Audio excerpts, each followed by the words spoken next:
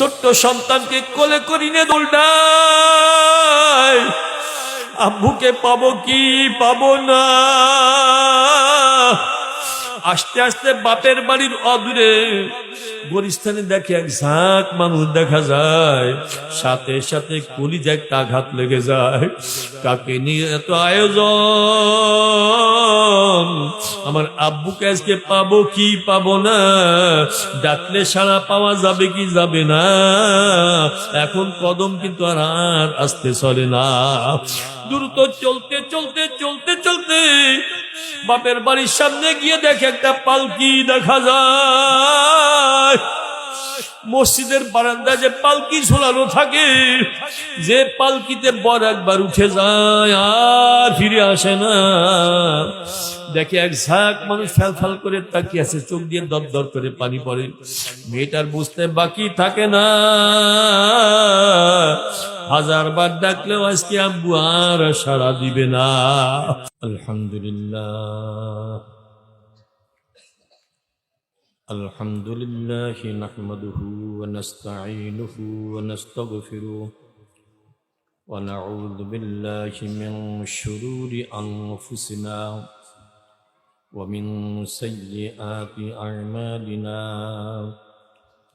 মান ইয়াহদিহিল্লাহু ফালা মুদিল্লা লাহু ওয়া মান ইউদ্লিলহু ফালা হাদিয়া লাহু। ونشهد أن لا إله إلا الله وحده لا شريك له ونشهد أن محمدا عبده ورسوله أما بعد فأعوذ بالله من الشيطان الرجيم بسم الله الرحمن الرحيم إن في خلق السماوات والأرض واختلاف الليل والنهار لآيات لأولي الألباب. وقال تعالى إن الله وملائكته يصلون على النبي يا أيها الذين آمنوا صلوا عليه وسلموا تسليما. اللهم صل على محمد وعلى آل محمد كما صليت على إبراهيم وعلى آل إبراهيم إنك حميد مجيد. اللهم بارك على محمد وعلى آل محمد كما باركت على إبراهيم وعلى آل إبراهيم إنك حميد مجيد. मुअज़्ज़ज़ मुहतरम हज़रात उलमाए किराम, फुज़लाए इज़ाम, সর্বস্তরের ভাইরা, পর্দার আড়ালের মা ও বোনেরা, আল্লাহ পাকের দরবারে লাখো কোটি শুকর। আমাদের হায়াতের কিছু অংশ আজকে সুন্দর একটা পরিবেশে, রূহানি পরিবেশে, ওলামায়ে কেরামের সহবাতে এই জান্নাতের বাগিচায় কাটানোর সুযোগ হলো। আল্লাহ পাক তৌফিক দান করলেন, এর জন্য সবাই শুকরিয়া তান বলি আলহামদুলিল্লাহ। আমরা যত মাহফিলেই যোগদান করে থাকি, প্রত্যেকটা মাহফিলেই একটা বিষয়ের মিল আমরা দেখতে পাই। সেটা কি? যখন কোনো আলোচক আলোচনা শুরু করেন, যখন কোনো বক্তা বক্তব্য পেশ করেন, যখন কোনো আলেম ওয়াজ শুরু করেন, আর শ্রোতারা যখন শোনা শুরু করেন, দেখবেন প্রথমেই সবাই কমপক্ষে একবার আলহামদুলিল্লাহ বলে থাকেন। কি বলে থাকেন? এই কথাটা আমাদের অতি পরিচিত কথা, এমনকি এর অর্থ অনেকেরই জানা। সেটা কি সমস্ত প্রশংসা কার জন্যে? কার জন্যে? এই কথাটা প্রত্যেকটা মাহফিলে কেন বলে থাকি? নিশ্চয়ই এর পিছনে কোনো কারণ আছে। একটা কারণ হলো, এর দ্বারা আমরা পরোক্ষভাবে স্বীকার করে নিয়ে থাকি যে আমাদের ধনবলে জনবলে বুদ্ধির জোরে আসলে এখানে কেউ আসতে পারে একমাত্র কে তৌফিক দিয়েছেন? কে তৌফিক দিয়েছেন? ওর প্রশংসা কার হবে? এই কথাটাই আমরা আরবিতে বলে থাকি আলহামদুলিল্লাহ।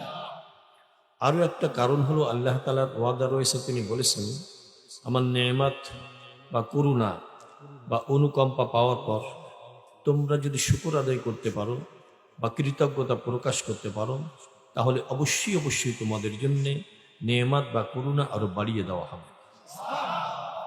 এই ওয়াদাটা কে করেছেন? কে করেছেন? আল্লাহ তাআলা কি কখনো ওয়াদা খেলাপ করেছেন?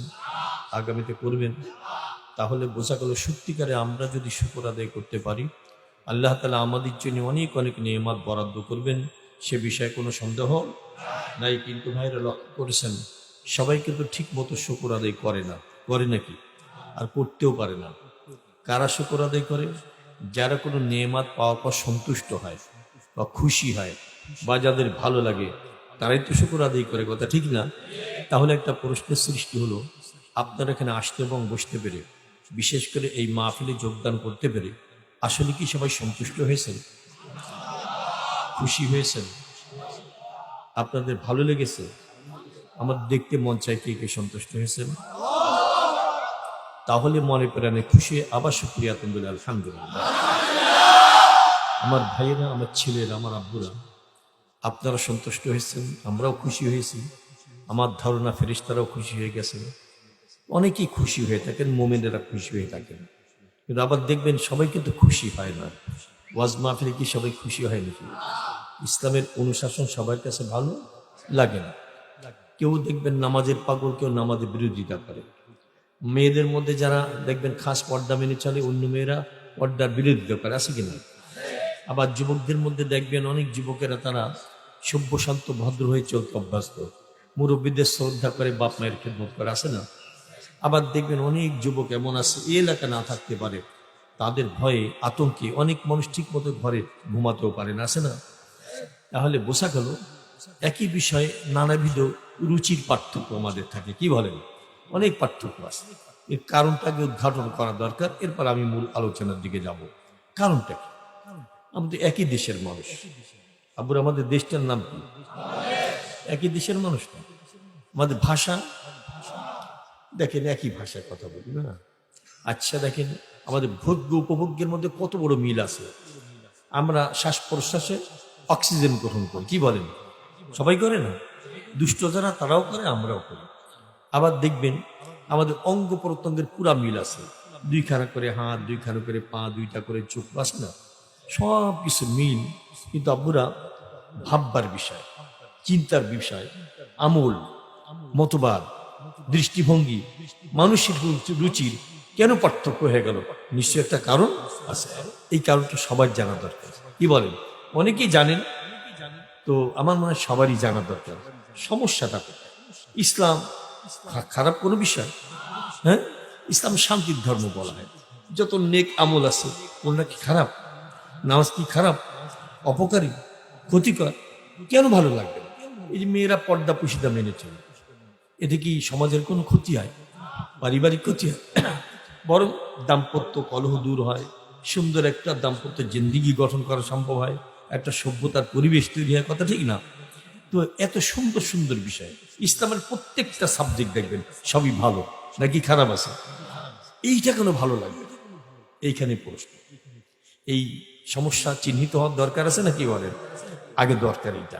মেয়েরা, তোমরা যারা আসর পর দাঁড়ালে একটু খেয়াল করে শোনো আর বিশ্বাস রাখবা, আমি তোমাদের সবার মঙ্গল কামনা। যে আপনাদের বিশ্বাস হয় নাকি?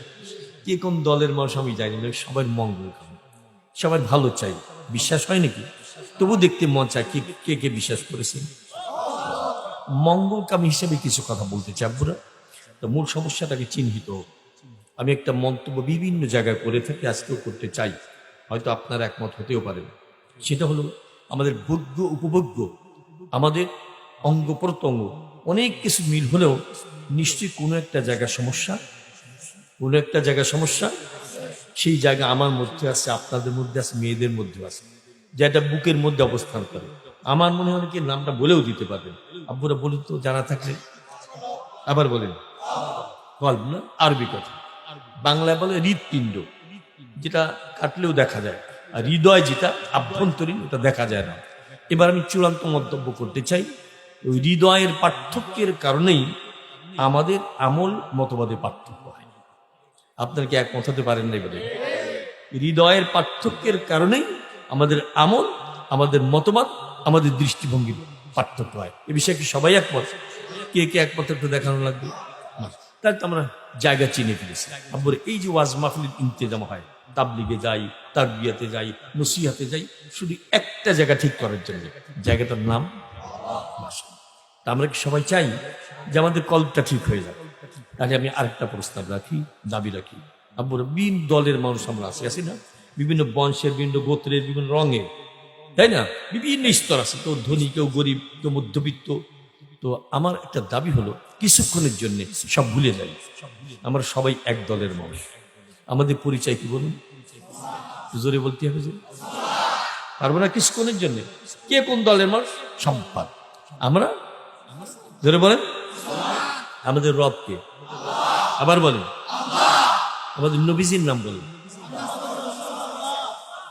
আমাদেরকে গাইডলাইন দেওয়া হয়েছে, এখানে বই পাঠানো হয়েছে, এখানে কিতাব পাঠানো হয়েছে, সেটার নাম বলেন মাশাআল্লাহ। দেখছেন তো, মৌলিক জায়গায় কিন্তু আমরা সব এক আছি।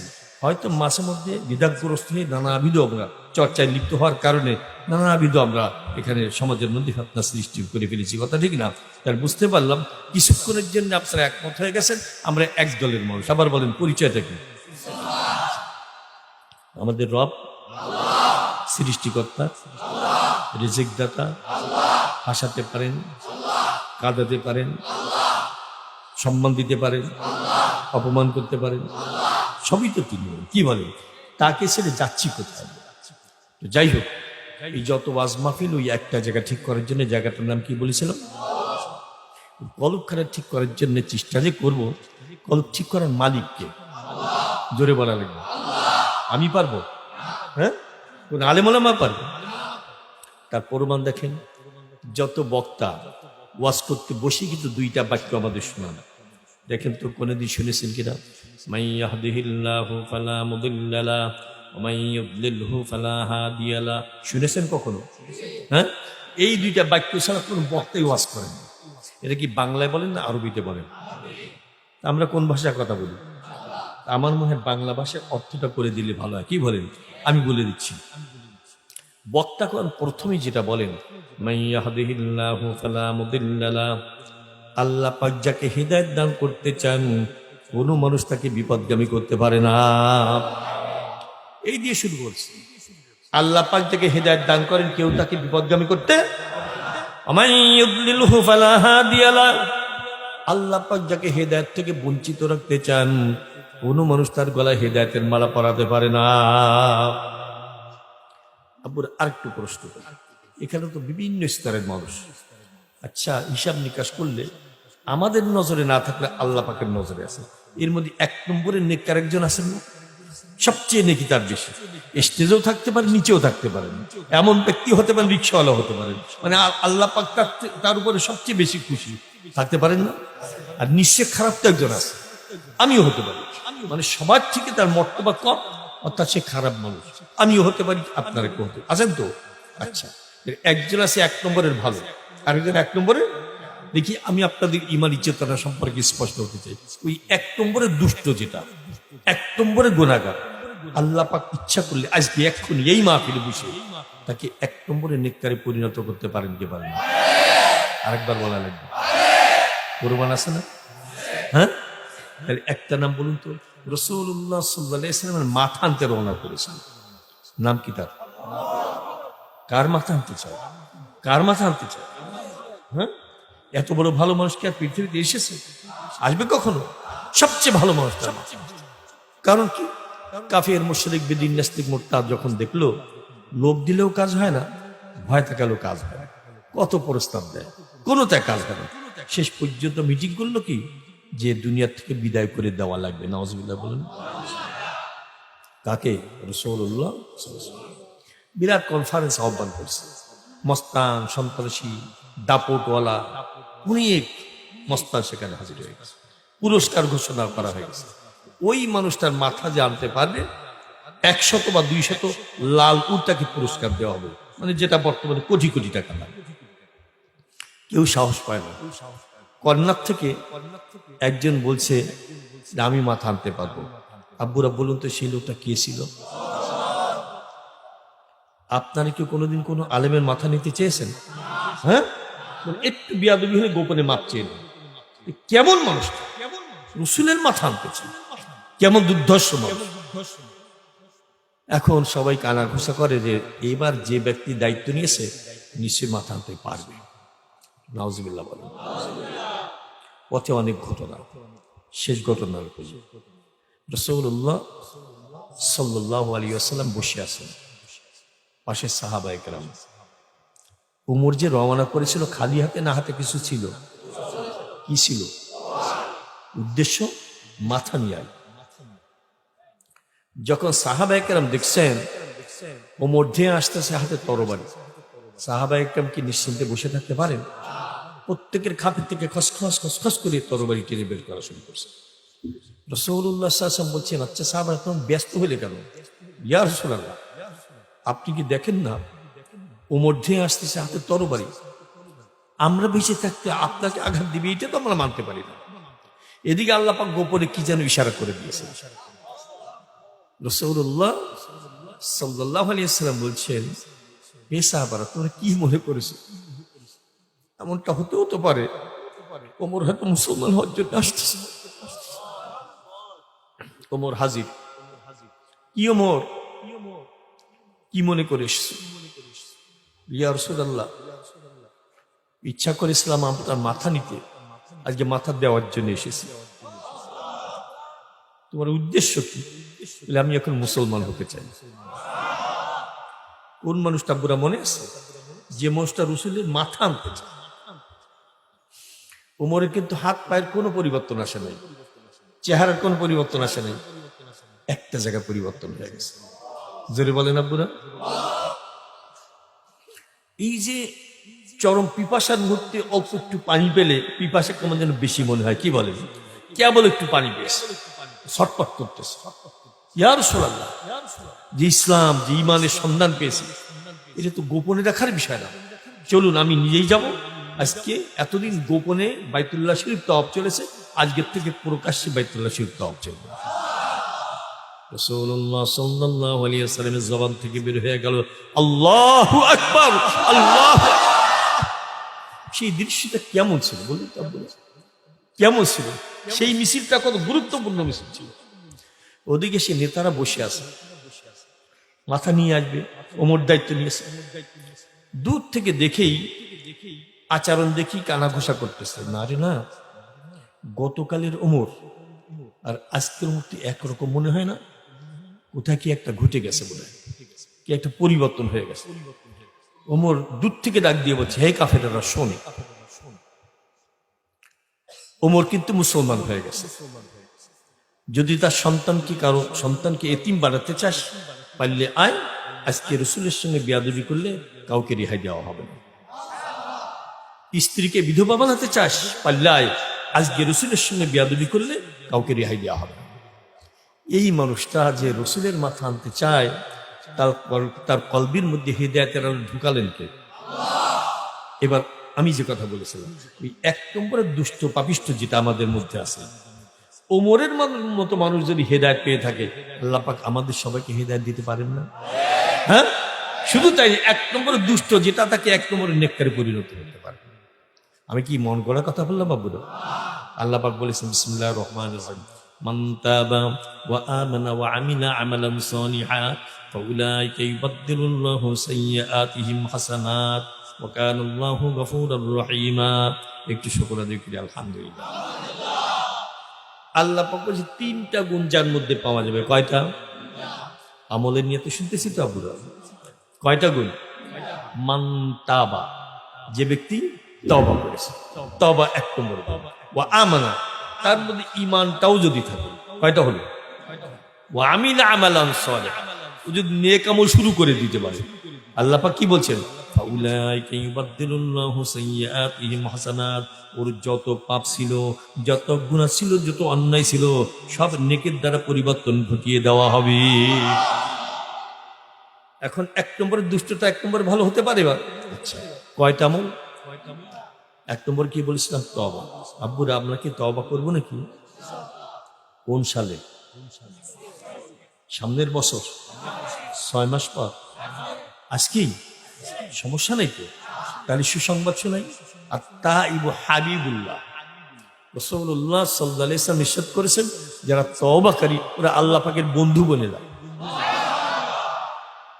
আব্বুরা আমরা কার বন্ধু হতে চাই?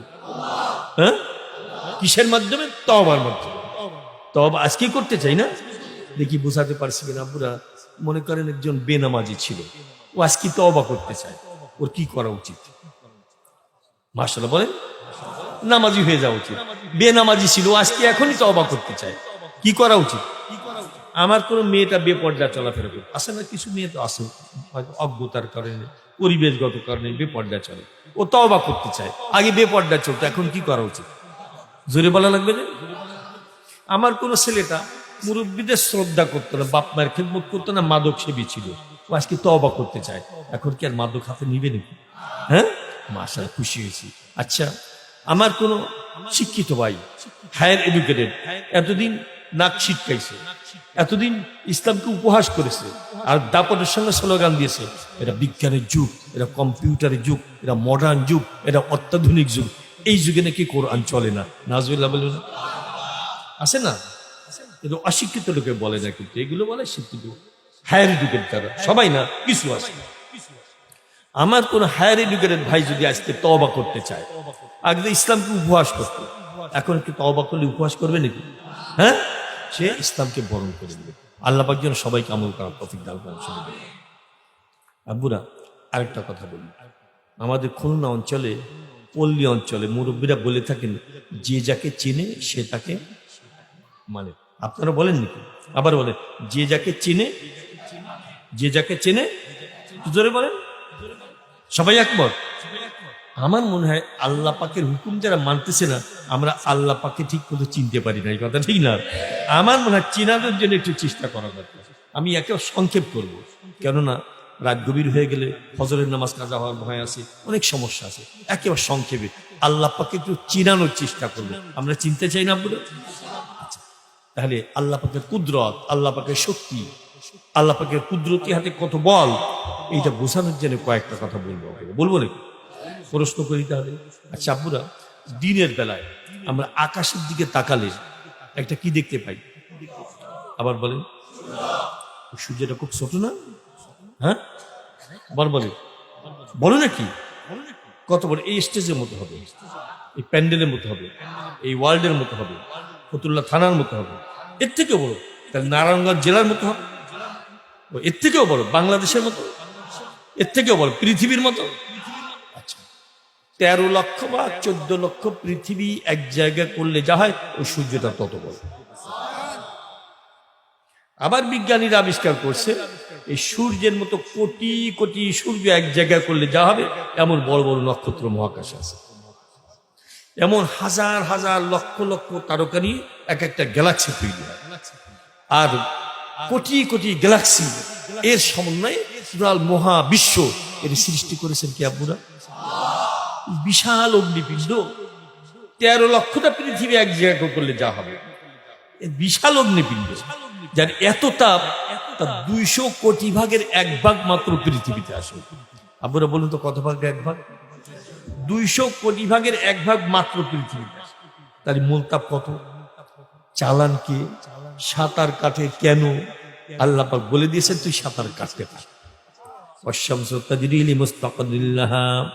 বলেছেন যতদিন নিষেধ না করা হবে ওই সূর্য চলতে থাকবে। শুধু তাই না,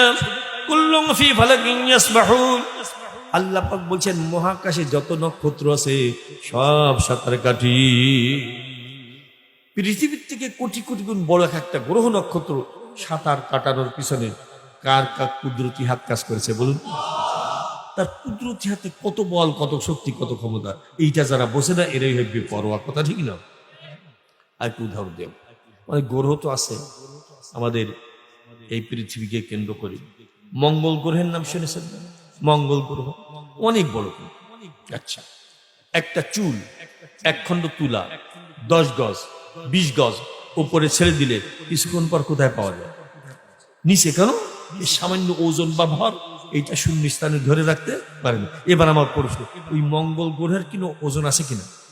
হ্যাঁ, 1 টন, 100 টন, 1000 টন, লক্ষ টন? আচ্ছা, বিজ্ঞানীরা এতটুকু আবিষ্কার করেছে, এই বিশাল মঙ্গল গ্রহের পৃষ্ঠদেশ, জমিনটা হলো পাথুরে জমিন। আপনার এবার চিন্তা করেন, জমিনটা পাথুরে জমিন যদি হয়, এর ওজন কত লক্ষ লক্ষ কোটি কোটি টন, এটা কি মানুষ হিসাব করতে পারবে? একটা চুল, 1 খণ্ড তুলা শূন্য স্তরে কয়েক সেকেন্ড থাকতে পারলো না। এই বিশাল এই গ্রহটাকে কে ভাসিয়ে রাখলেন? কোটি কোটি গ্রহ নক্ষত্র কে ভাসিয়ে রাখলেন? আমার মাওলা পাকের কুদরতে কত ক্ষমতা, কত বল, কত শক্তি। এইটা যারা বোঝে না তারাই হয় বেপরোয়া। কথা ঠিক না বেঠিক? আল্লাহ পাকের কুদরত নিয়ে একটু চিন্তা ভাবনা গবেষণা করলে আল্লাহ পাকে একটু চেনা যায়। দেখ, মহাকাশে দেখলাম, মহাসাগরে যাই, আপনারা শুনেছেন না? মহাসাগরে পাশাপাশি 2টা স্রোত চলে, একটা লোনা পানি, একটা মিঠা পানি। শুনেছেন না? এই যে হাজার হাজার লক্ষ লক্ষ বছর ধরে চললো, আজ পর্যন্ত মিলে গিলে একাকার হতে পারে নাই। এটা কার কুদরত? আচ্ছা, সাগর থেকে উঠে আসি, সংক্ষেপ করি। আচ্ছা, এই যে আল্লাহ পাক আমাদেরকে সৃষ্টি করেছেন, এর মধ্যে আরেক কুদরতের নিদর্শন আছে না? একটু বলবো নাকি? আচ্ছা, আমার নাম ইউনুস আহমদ, আপনাদের নাম বিভিন্ন আছে। যে আমার একটা বডি আছে, লম্বা একটা বডি আছে, আছে না? আর কি জন্মের সময় কি এত বড় একটা বডি ছিল না? হ্যাঁ, এই 1 পাউন্ড, 1.5 পাউন্ড, 2 পাউন্ড বড়, তাই না? আচ্ছা, এর আগে আরো ছোট ছিলাম না? এবার মেয়েরাও শোনে, আমার ছেলেরাও শোনে, একটা বডির সূচনাটা কেমন ছিল? বাপের মাধ্যমে মায়ের গর্ভে শুক্রাণু প্রবেশ করে, বীর্যের মাধ্যমে। একটা ফোঁটা বীর্যের মধ্যে লক্ষ লক্ষ শুক্রাণু থাকে একটা ফোঁটার মধ্যে। একটা ফোঁটার মধ্যে লক্ষ লক্ষ থাকলে এটা কি দেখা যায় চোখে? অনুবীক্ষণ যন্ত্র ছাড়া দেখা যায়।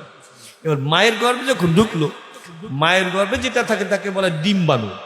ওটা কোনো অতি ক্ষুদে, চোখে দেখা যায় না। দেখেন, এই যে শুক্রাণু ঢুকলো, একে আল্লাহ পাক এমন বুদ্ধি দান করেছেন, শুক্রাণু খুঁজতে থাকে ডিম্বাণু কোথায় আছে। খুঁজতে খুঁজতে যখন একটা পেয়ে যায়, বা সূচনা শুরু হয়ে যায়। কিন্তু এই যে লক্ষ লক্ষ শুক্রাণু ঢুকলো, যে আল্লাহ পাক একটা সন্তান দিতে চাইলে মাত্র একটা শুক্রাণু বেঁচে থাকবে, আর সব অটো কায়দা মারা যাবে। 2টা সন্তান দিতে চাইলে 2টা বেঁচে থাকবে, আর সব অটো কায়দা মারা যাবে। এই শুক্রাণু আর ডিম্বাণু 2টাই চোখে দেখা যায় না। এইখান থেকে আমার আপনার বডি সূচনা শুরু হয়েছে। আচ্ছা, মাত্র কয়েক মাস গেছে, মা কিন্তু বুঝে ফেলেছে, পেটের মধ্যে সন্তান নাড়াচড়া শুরু করে দিয়েছে, যেটা চোখে দেখা যায় না। সেখান থেকে এমন একটা বডি হয়েছে, 360টা জোড়া। আমাদের শরীরে কয়টা জোড়া আছে? আছে না বুড়া? হাতের আঙ্গুলে আছে, কবজিতে আছে, কলিতে আছে, কাঁধে আছে, মেরুদণ্ডে আছে, কোমরে আছে, হাড়ুতে আছে। 360টা হাড্ডির যে জোড়া হলো, যেটা চোখে দেখা যায় নাই, হাড্ডি কোন জায়গা থেকে আমদানি? হাড্ডি তৈরি হলো কোন সিস্টেমে? নিশ্চয়ই এর পেছনে কোনো কুদরতওয়ালা। তিনি কে? আরো জোরে বলেন।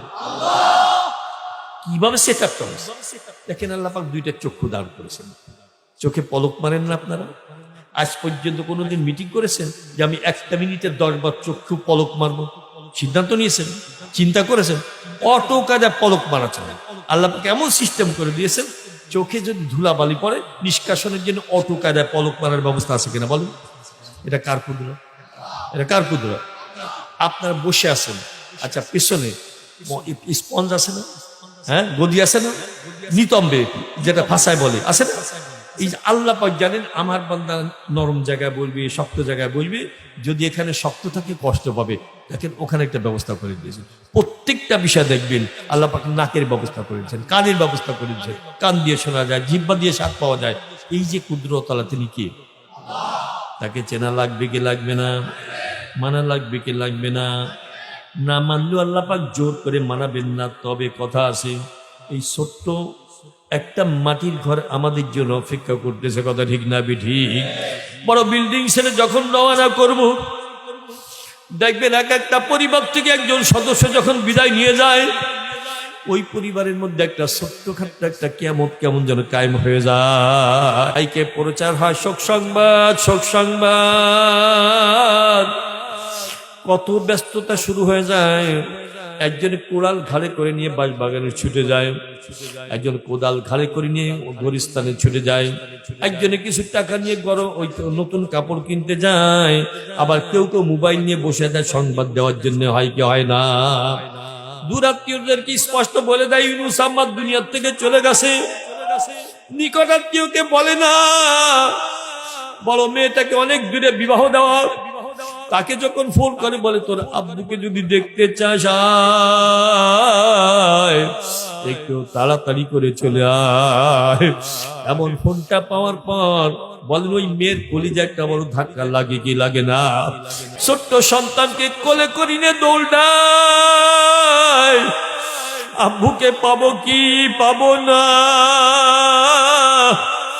আস্তে আস্তে বাপের বাড়ির অদূরে গোরস্থানে দেখে এক ঝাঁক মানুষ দেখা যায়, সাথে সাথে কলিজায় একটা আঘাত লেগে যায়। কাকে নিয়ে এত আয়োজন, আমার আব্বুকে আজকে পাবো কি পাবো না, ডাকলে সাড়া পাওয়া যাবে কি যাবে না। এখন কদম কিন্তু আর আসতে চলে না। দ্রুত চলতে চলতে চলতে চলতে বাপের বাড়ির সামনে গিয়ে দেখে একটা পালকি দেখা যায়। মসজিদের বারান্দায় যে পালকি ঝোলানো থাকে, যে পালকিতে বর একবার উঠে যায় আর ফিরে আসে না।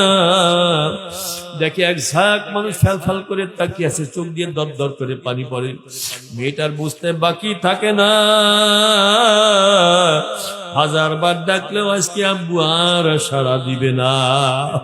এমন ঘটনা প্রত্যেকের জন্য প্রস্তুত আছে কি আসে না? তাহলে কেন বড়াই করতেছি? আমার মাওলা পাকের কুদরতি কলিজায় কত ব্যথা দিলাম। বলো বিল্ডিং থেকে যখন নামিয়েই ছাড়বে, ছোট্ট মাটির ঘরটা যখন ঢুকিয়ে দিবে, আমার মেয়েরা পর্দা করতে চাও না, এমন পর্দা করেই ছাড়বা। ডাইনে মাটি বামে মাটি, নিচে মাটির বিছানা, উপরেতে দেবে চাপা, ভেঙে যেতে আর দিবে না। ওইখানে হাসবা না কাঁদবা চিন্তা করো। তোমাদের একটা উদাহরণ দিয়ে বলি, তোমাদের প্রসব বেদনা যখন শুরু হয়ে যায়, দেখবা কত যাতনা, কত চিৎকার, কত কাতরাও, আর মাঝে মধ্যে বলতে চাও তোর একটা ছুরি নিয়ে আয় আমার পেটটা কেটে দে, আমি তো আর সহ্য করে পারলাম না। একটা দুইটা ঘন্টা এই যাতনা সহ্য করতে পারো নাই, আত্মহত্যাও করতে চাও। আর কবরের মধ্যে হাজার হাজার বছর যখন যাতনার শিকার হবা, কতক্ষণ সহ্য করতে পারবা? এইটা চিন্তা করে নাফরমানি করিও। আবার কবরের জগৎ যখন শেষ হয়ে যাবে, কিয়ামতের ময়দানে যখন উঠবে নাফরমানেরা, আল্লাহ পাক হাজার হাজার লাখো লাখো পুলিশ রেডি করে রাখবেন।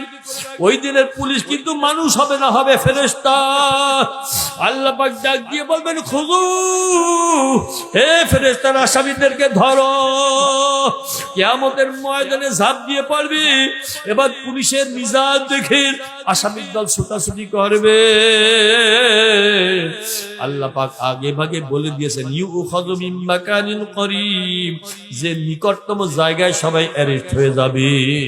সব যখন অ্যারেস্ট হয়ে যাবে, আল্লাহ পাক বলবেন ফাগুল্লুহু, হে ফেরেশতারা হ্যান্ডকাপ লাগিয়ে দাও। হ্যান্ডকাপ লাগানো হয়ে যাবে। এবার আল্লাহ পাক বলবেন সুম্মাল জাহিমা সাল্লু, হে ফেরেশতারা ধরে ধরে জাহান্নামের মধ্যে ফেলে দাও। জুব জুব জুব জুব করে যখন জাহান্নামে ফেলে দিবে, নাসাআতাল লিশাওয়া, জাহান্নামের আগুন গায়ে লাগবার সাথে সাথে চামড়া খুলে খুলে পড়তে থাকবে, সহ্য করা যাবে না। এর জন্য বারবার অনুরোধ করি, আমরা কে কোন গুনায় অভ্যস্ত ছিলাম, আজকে খাঁটি তওবা করতে রাজি আছি কিনা? কে কে রাজি? আল্লাহু আকবার, আল্লাহু আকবার। মাবুদ রে আপনি কবুল করে নেন। ওমরের মতো মানুষকে আপনি যদি সাহাবী বানিয়ে থাকেন, দ্বিতীয় খলিফা বানিয়ে থাকেন, আমার আব্বুদেরকে আপনি কবুল করে নেন। আল্লাহ পাক যেন আমাদের প্রত্যেকের নামটা জান্নাতীদের তালিকাভুক্ত করে দেন, সবাই বলি আমিন। বড় একটা প্রশ্ন করতে চাই, এত মানুষ, কয়েক হাজার মানুষ, আমাদের কারো কারো নামটা জাহান্নামের তালিকায় থাকতেও পারে কি পারে না? পারে কি পারে না? আমার আরেক প্রশ্নের জবাব দেন। আল্লাহ পাক ইচ্ছা করলে আপনাদের মনের পিপাসা, আবেগ আর মহব্বতের কারণে যাদের নামটা জাহান্নামের তালিকায় ছিল, আল্লাহ পাক কুদরতি কলম দিয়ে কেটে কেটে ওই নামটা জান্নাতীদের তালিকাভুক্ত করতে পারেন কে পারেন না? কে পারেন? কে পারেন? কার কার বিশ্বাস হয়েছে? আল্লাহু আকবার। মাবুদ রে, আমাদের প্রত্যেকের নামটা জান্নাতীদের তালিকাভুক্ত করে দেন। আমার মেয়েরা, তোমাদেরকে অনুরোধ করে গেলাম, তোমরা মাওলা পাকের কাছে দাবি করো, আল্লাহ পাক যেন আমাদের নামটা জান্নাতীদের তালিকাভুক্ত করে দেন। ছোট্ট একটা জিন্দেগি খতম হবে, বিশাল এক জিন্দেগি সামনে আসবে। ওই জিন্দেগি কোনোদিন শেষ হবে না। যদি হাসির জিন্দেগি আল্লাহ পাক উপহার দেন, আল্লাহ পাক যদি কোনো বান্দা বান্দির পরে খুশি হয়ে যায়, ওর মরণ মুহূর্তে সুসংবাদ পেয়ে যাবে। ও যখন মরণের বিছানা শুয়ে পড়বে, আল্লাহ পাক আগেই বলেছেন, আমার এক ঝাঁক ফেরেশতা ওর কাছে হাজির হয়ে যাবে। ফেরেশতারা বলতে থাকবে, আল্লাহ তাখাফু ওয়া লা তাহজানু, তোমার কোনো ভয় নাই, কোনো চিন্তার কারণ নাই। ওয়া আবশিরু বিল জান্নাতিল্লাতী কুনতুম তুআদুন, তুমি জান্নাতের সুসংবাদ নিয়ে নাও। এই সুসংবাদ শুরু হয়ে গেল। কবরের জগতে যখন ঢুকবে, তবে জান্নাতের বিছানা তার জন্য বিছানো হয়ে গেছে, জান্নাতের পোশাক তার জন্য হাজির করা হয়ে গেছে। যখন কিয়ামতের ময়দানে উঠবে, আল্লাহ পাক রহমতের ফেরেশতা পাঠিয়ে দিবেন। ফেরেশতারা বলবে, চলো চলো, তোমাদের জন্য জান্নাত অপেক্ষা করতেছে। জান্নাতের গেটের কাছে যখন যাবে, শুনতে পাবে, সালামুন আলাইকুম তিবতুম ফাদখুলুহা খালিদিন, ঢুকে যাও ঢুকে যাও, এই সেই জান্নাত, এই জান্নাত থেকে কোনোদিন বের হওয়া লাগবে না। আল্লাহ পাক যেন সবাই নামটা জান্নাতীদের তালিকাভুক্ত করে দেন। আজকে এই মাহফিলের ইন্তিজাম যারা করেছেন, তাদের জন্য দোয়া করা দরকার। তাদের এই মেহনতের ওসিলা আমরা মাহফিলে হাজির হয়েছি, কথা ঠিক না বেঠিক? বক্তা, শ্রোতা, আয়োজক, সহযোগী, আল্লাহ পাক যেন সবাইকে দিনের জন্য কবুল করে নেন, সবাই বলি আমিন। আমি আপনাদের জন্য দোয়া করি, আমার জন্য দোয়া চাই, আল্লাহ পাক যেন সবাইকে দিনের জন্য কবুল করে নেন। আল্লাহুম্মা আমিন, আল্লাহুম্মা আমিন, আল্লাহুম্মা আমিন। ربنا ظلمنا أنفسنا وإن لم تغفر لنا وترحمنا لنكونن من الخاسرين ربنا آتنا في الدنيا حسنة وفي الآخرة حسنة وقنا عذاب النار يا عالم ما في الصدور أخرجنا يا الله من الظلمات إلى النور رب العالمين। এক বোঝার গুনাহ নিয়ে আমরা হাত করলাম, কার কত পরিমাণ গুনাহ ছিল জানি না। রব্বুল আলামিন আমাদের দাবি, সবাইকে সদ্য পরিচিত সন্তানের মতো নিষ্পাপ বানিয়ে দেন। একটা সগীরা গুনাহ বাকি থাকলে আমাদের কাউকে উঠতে দিবেন না। রব্বুল আলামিন মাহফিলের আয়োজক যারা, সবাইকে কবুল করে নেন। বক্তা, শ্রোতা সবাইকে কবুল করে নেন। নারী পুরুষ সবাইকে কবুল করে নেন। আমাদের আপনজন যারা কবর গেছেন, তাদেরকে আপনি মাফ করে দেন। রব্বুল আলামিন শেষে একটা দাবি করতে চাই, কিয়ামতের ময়দানে কত মানুষকে আপনি বিনা হিসেবে জান্নাত দান করবেন মাবুদ রে। রব্বুল আলামিন শেষে দাবি করতে চাই, কিয়ামতের ময়দানে একটা দৃশ্য দেখতে চাই। আজকে আমার সাথে যে যেখানে হাত তুললো, স্টেজে বসে হাত তুললো, প্যান্ডেলে বসে হাত তুললো, ডাইনে বসে হাত তুললো, বামে বসে হাত তুললো, মহিলা অঙ্গনে হাত তুললো, বাড়িতে বসে হাত তুললো, গাড়িতে বসে হাত তুললো, দোকানে বসে হাত তুললো,